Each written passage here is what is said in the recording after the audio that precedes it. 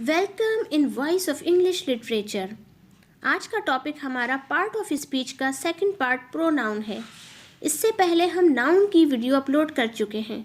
अगर आपने अभी तक नहीं देखा तो जाकर हमारे चैनल पर देख लीजिए, क्योंकि प्रोनाउन को समझने के लिए नाउन को समझना बहुत ज़रूरी है। डिस्क्रिप्शन में आपको लिंक मिल जाएगा। आज की वीडियो में आपको मिलेगा what is pronoun means definition. Second, need of pronoun. Third, types of pronoun. And fourth, uses and example of pronoun. तो ये चार चीज़ें आज हम कवर करने वाले हैं।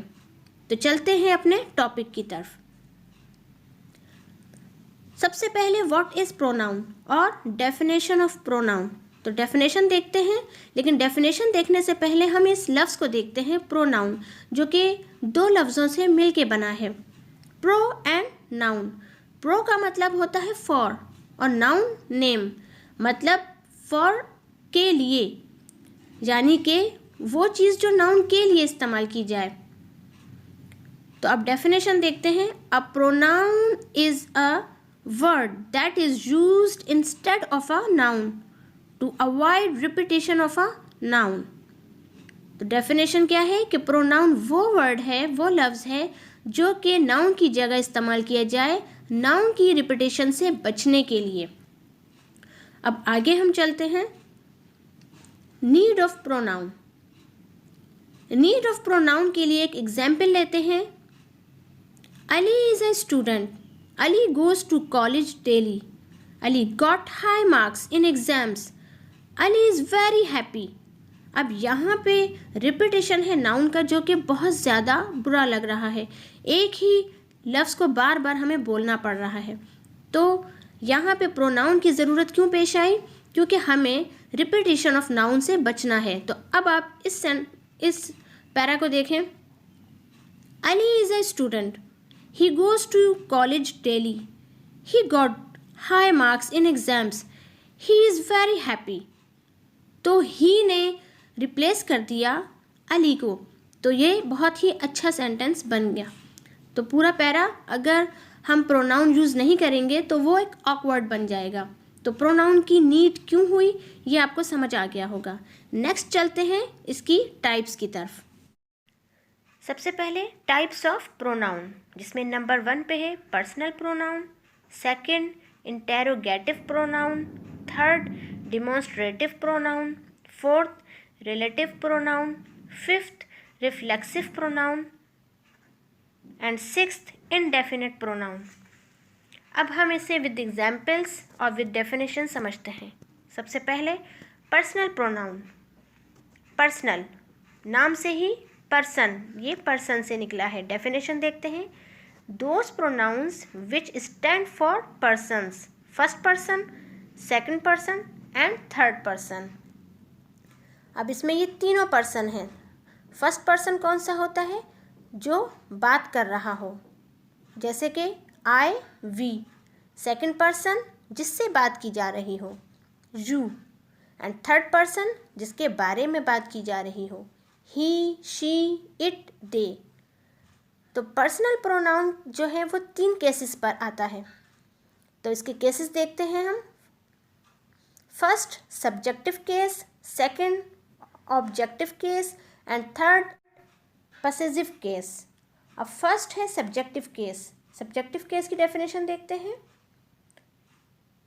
अ सब्जेक्टिव केस और nominative case, pronoun acts as a subject.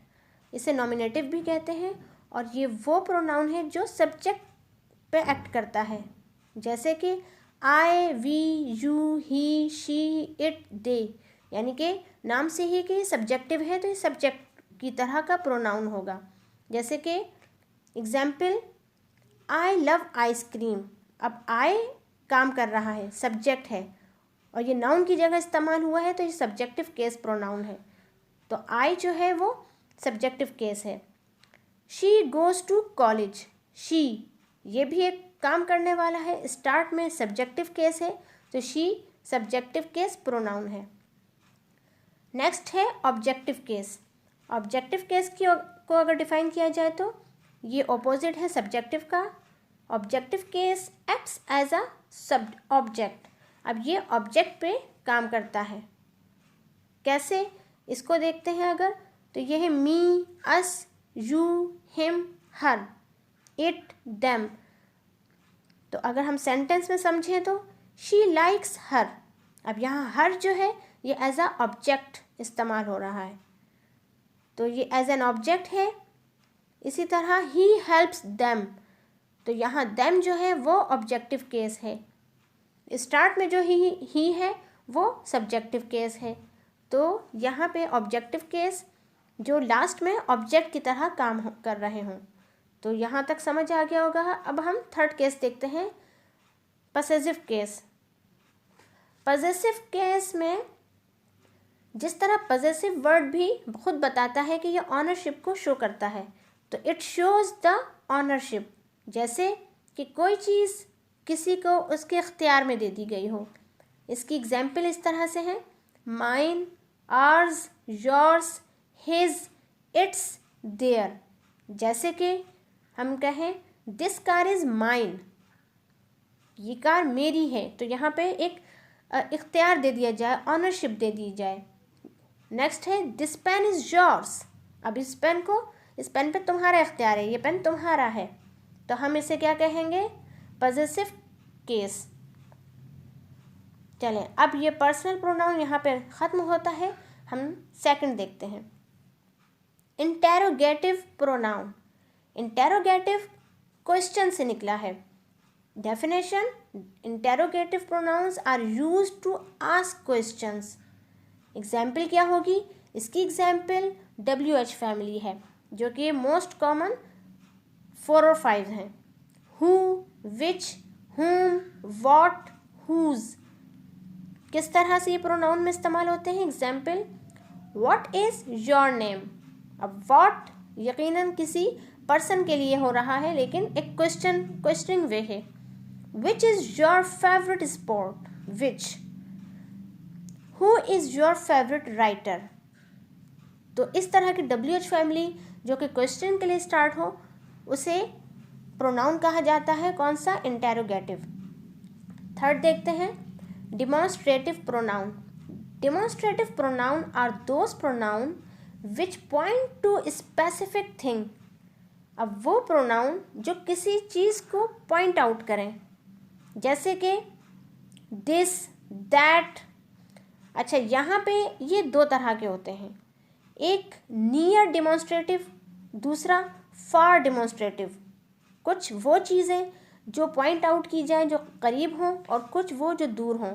तो नियर के लिए होगा दिस और दीज, और फार के लिए होगा that and those. Example, this is a pen, that is a pen.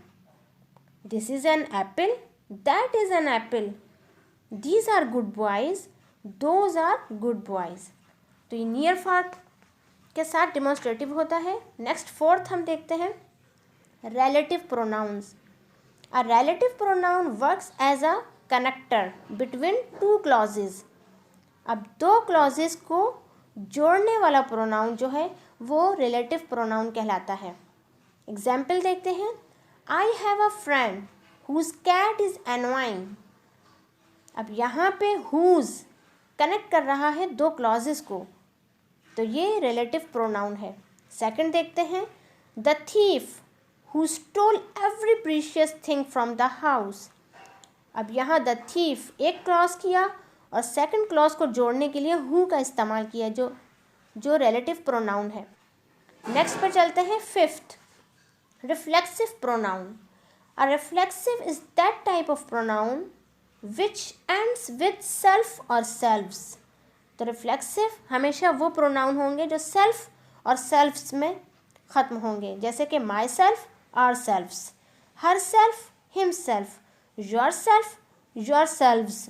अब यहाँ पे योर जो है आपको पता है कि वो प्लूरल ही होता है, चाहे वो सिंगुलर में आए या प्लूरल हो, तो दोनों में योर ही आता है। तो योर सेल्फ भी होगा, योर सेल्फ्स भी होगा, और their selves. Examples, I cut myself an orange. यहाँ माई सेल्फ रिफ्लेक्सिव प्रोनाउन है। ही completed himself, you can help yourself। तो यहाँ जहाँ भी सेल्फ आ जाता है वो रिफ्लेक्सिव प्रोनाउन होता है।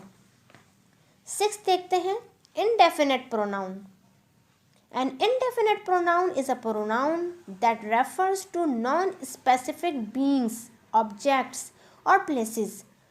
अब indefinite नाम से ही पता चलता है कि कोई चीज़ डेफिनेट ना हो, स्पेसिफिक ना हो, पता ना हो किसी चीज़ का कि कितनी क्वांटिटी है, ये वो प्रोनाउन है।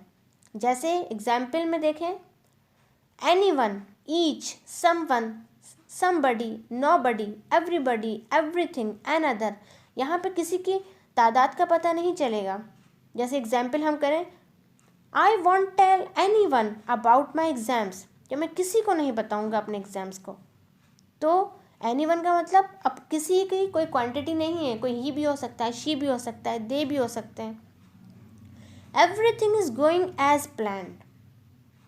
अब एवरीथिंग हर चीज़, कितनी चीज़ें कुछ पता नहीं। Each company is fighting to protect its name. अब ईच कंपनी 2 भी हो सकती है, 4 भी हो सकती हैं, तो यहाँ क्वांटिटी नहीं पता होती। तो कोई भी ऐसी बीइंग्स, कोई ऑब्जेक्ट्स, कोई प्लेस जिसकी क्वांटिटी ना पता हो, उसे इनडेफिनेट प्रोनाउन कहा जाता है। तो होप कि आपको pronoun with examples with types clear होगी। वीडियो अगर पसंद आई और समझ आई तो इस वीडियो को सब्सक्राइब कीजिए, लाइक, शेयर एंड कमेंट्स कीजिए। Thank you so much.